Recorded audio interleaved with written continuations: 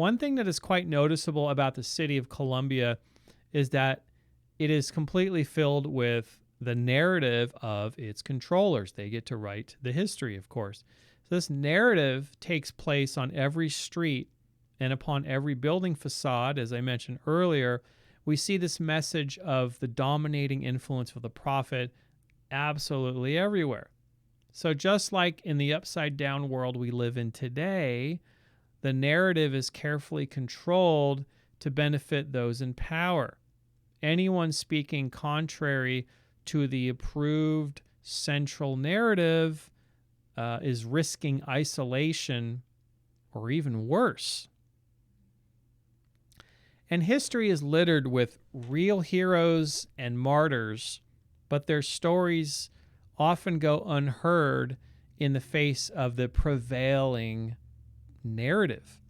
One man's villain is another man's hero, after all, because it all depends on perspective.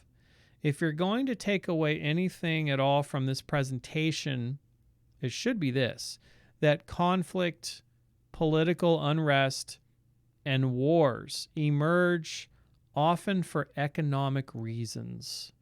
But the winners all have one thing in common, and that is that they work tirelessly to control and approve the narrative of the society.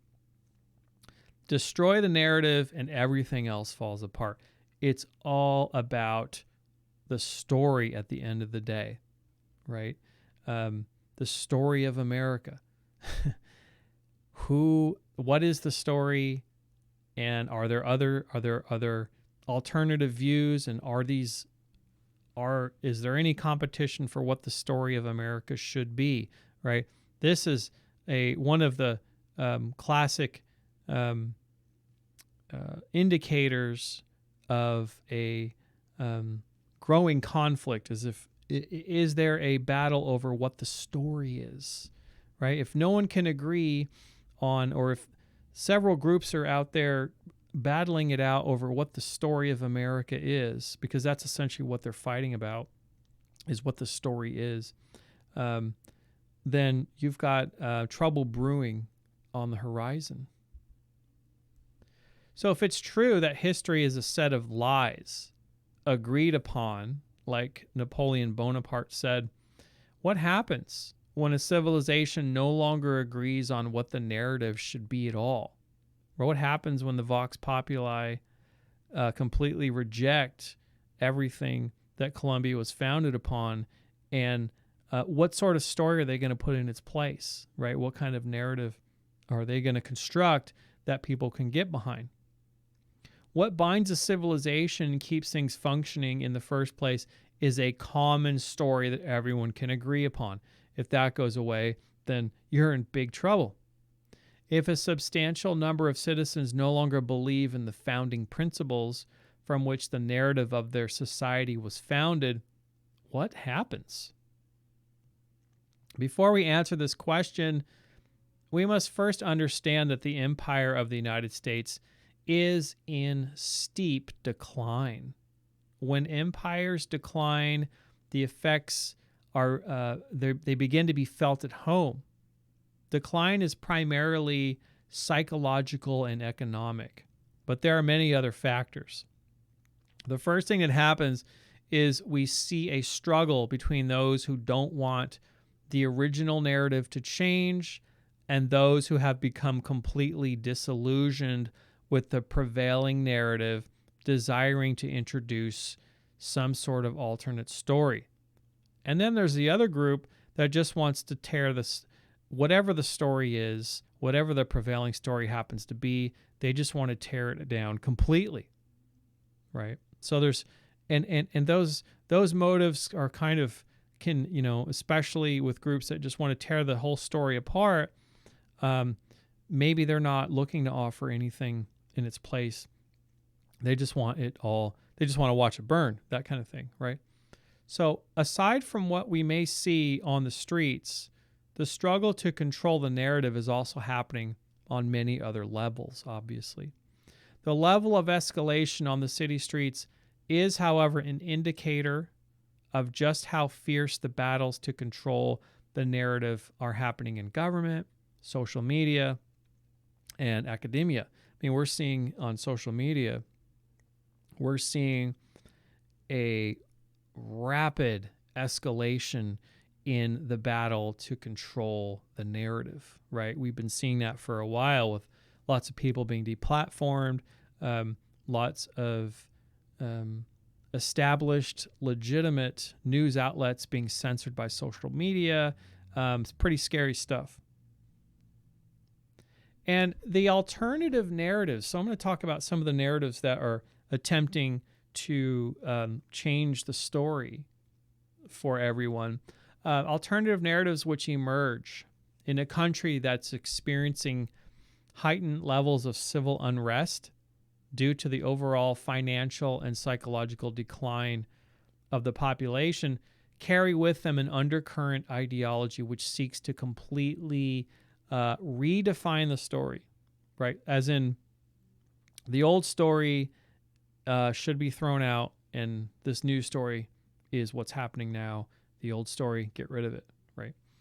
The highly controversial 1619 Project, for example, is one such alternative narrative which contains strong undercurrents of postmodern solipsism, which is the exact same worldview held by other ultra-left extremist groups, for example. And by the way, I'm somewhere in the middle, by the way. I don't support any of these extremist groups on either side, just to make that clear. I think most of us are somewhere in the middle going, can't we all just sort of try to figure some of this stuff out without being so extreme? But, that's my opinion. So the problem with alternative narratives, such as the 1619 Project, is that they take an adversarial, oversimplified, and nihilistic postmodern approach to interpreting what America is and why things are the way they are today. If you really want an honest critique of the 1619 Project, I would highly recommend searching for this video on bloggingheads.tv's YouTube channel, where university professors Glenn Lowry and John McWhorter discuss the dangers associated with the 1619 Project. So if you want an idea of what an alternative, why it's important that why there's a fight for the narrative, and then if you want to look at one of these alternative narratives like the 1619 Project and understand really what it's trying to do and understand the undercurrents or the underlying message behind it all, these guys really do a great job of breaking it down and explaining what this 1619 Project really is. Okay, once you really look at it in a very detailed way.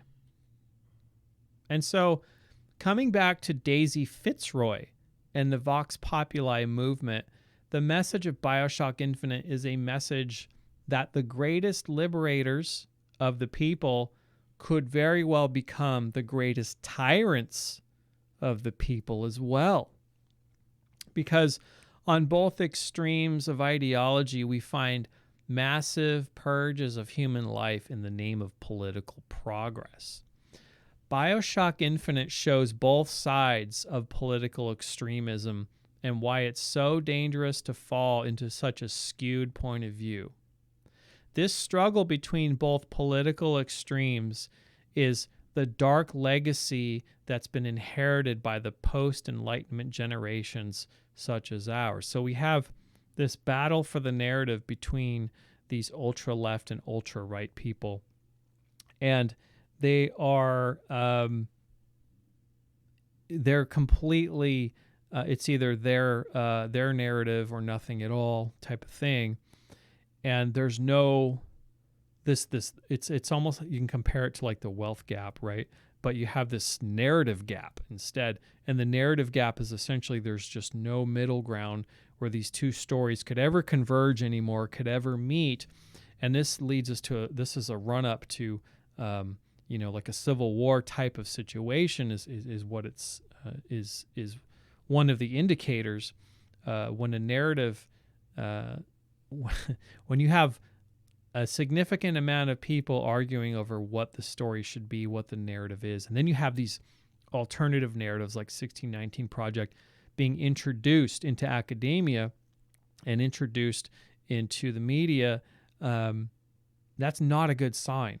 That's not a good sign. Not saying that America's perfect and it should go back to the way it was, because that isn't a solution either, but offering alternative narratives that are only quite clearly undermining any sort of common overlap or attempt at progress are actually just as bad as going back to, living in a racist, classist society like Colombia, right? The solution that the Vox Populi and Daisy Fitzroy offer is their cure for the disease of Comstock's Colombia is probably worse than their cure is probably worse than the disease itself, right?